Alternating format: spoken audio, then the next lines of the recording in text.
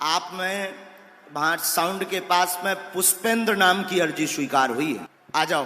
बागेश्वर धाम की सच्चाई क्या है? क्या आपके मन में भी ये विचार आया है कि बागेश्वर धाम की सच्चाई है क्या?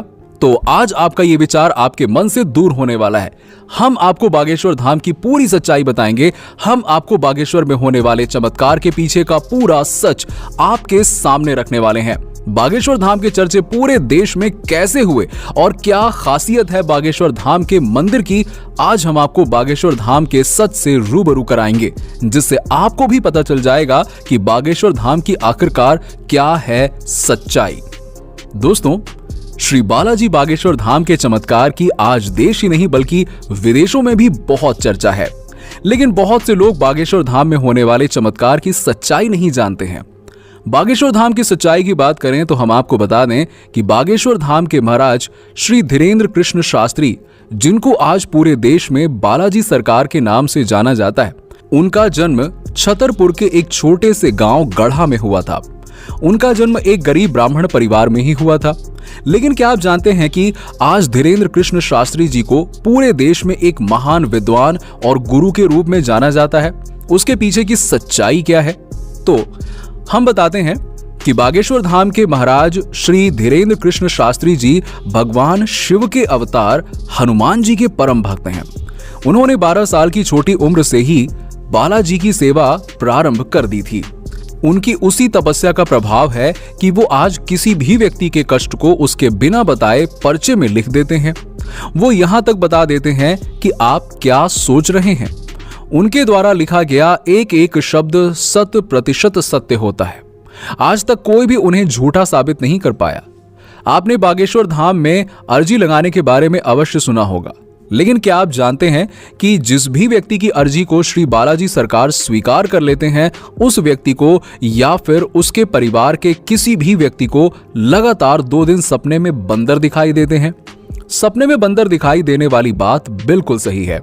जितने भी लोगों की अर्जी स्वीकार हुई है, उनको सपने में बंदर अवश्य दिखाई दिए हैं। बड़े बड़े न्यूज चैनल वाले बागेश्वर महाराज जी की और उनके दिव्य दरबार की शक्तियों के बारे में जानने के लिए ही पहुंचे, लेकिन बागेश्वर बालाजी सरकार की कृपा से बागेश्वर महाराज जी ने खुद मीडिया वालों की पोल खोल दी और मीडिया वाले अंत में बागेश्वर धाम में नतमस्तक होकर के वापस लौट आए। साथ ही में बागेश्वर बालाजी सरकार से आशीर्वाद लेकर भी आए। बागेश्वर महाराज जी ने बालाजी सरकार की कृपा से हजारों भक्तों का भला किया है और वर्तमान में बागेश्वर महाराज जी विदेशों की यात्रा कर रहे हैं। बागेश्वर बालाजी सरकार की महिमा अपरंपार है। वैसे तो बालाजी सरकार की ऐसी कृपा है कि बागेश्वर धाम में जो भी जाता है वो खाली हाथ नहीं लौटता। बागेश्वर बालाजी उसकी झोली हमेशा भरते आए हैं और भरते रहेंगे। इसी के साथ ही बागेश्वर महाराज दूसरे जिलों या अन्य राज्यों में अपनी कथा करने और दरबार लगाने के लिए जाने जाते हैं, तो वहां भी बड़े बड़े मीडिया कर्मी और पत्रकार बागेश्वर महाराज जी की परीक्षा लेने की कोशिश करते हैं। लेकिन बागेश्वर महाराज जी की तरफ से पत्रकारों को चैलेंज दे दिया गया और उस चैलेंज में पत्रकारों को हार का सामना करना पड़ा और अंत में पत्रकारों को बागेश्वर महाराज और बालाजी के चरणों में नतमस्तक होना पड़ा। बागेश्वर धाम भारत और विश्व का एक प्रसिद्ध तीर्थ स्थल है। बागेश्वर धाम में बालाजी सरकार की कृपा है। बागेश्वर धाम के पुजारी पंडित धीरेन्द्र कृष्ण शास्त्री गर्ग जी हैं। ये भारत का एकमात्र चमत्कारी धाम है जिसने साइंस और टेक्नोलॉजी को हिलाकर रख दिया है कि ऐसा कैसे हो सकता है। बागेश्वर धाम के महाराज पर बालाजी की कृपा है, जिससे महाराज ये सब बड़ी ही आसानी से कर पाते हैं। इसके पीछे महाराज का कठोर परिश्रम है और यही बागेश्वर धाम की सच्चाई है।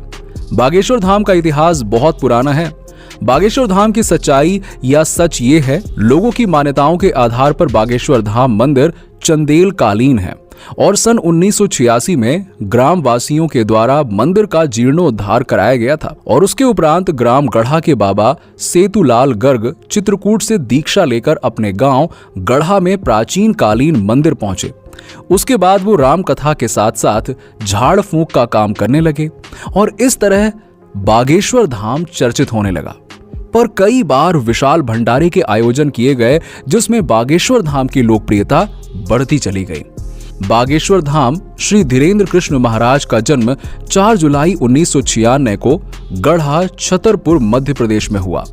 लोग इन्हें महाराज बागेश्वर धाम के नाम से तथा चमत्कारी महाराज के नाम से भी जानते हैं। वर्तमान समय में धीरेन्द्र कृष्ण महाराज बागेश्वर धाम मध्य प्रदेश में ही अपना दरबार लगाते हैं तथा लोगों की समस्याओं का समाधान करते हैं। बागेश्वर धाम महाराज ने बचपन से ही रामायण, महाभारत जैसे काव्यों का अध्ययन किया था।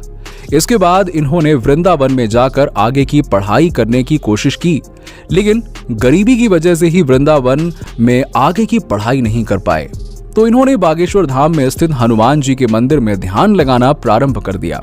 इसके अलावा दिव्य दरबार में ये हर मंगलवार को अर्जी लगाते हैं, जहां पर लोगों की समस्याओं का निवारण करते हैं। लोग अर्जी लगाने से पहले यहाँ के टोकन को खरीदते हैं और उसके बाद नारियल को लाल कपड़े में बांधकर अपनी मनोकामना पूरी करने के लिए यहाँ पर 21 बार मंदिर की परिक्रमा लगाते हैं।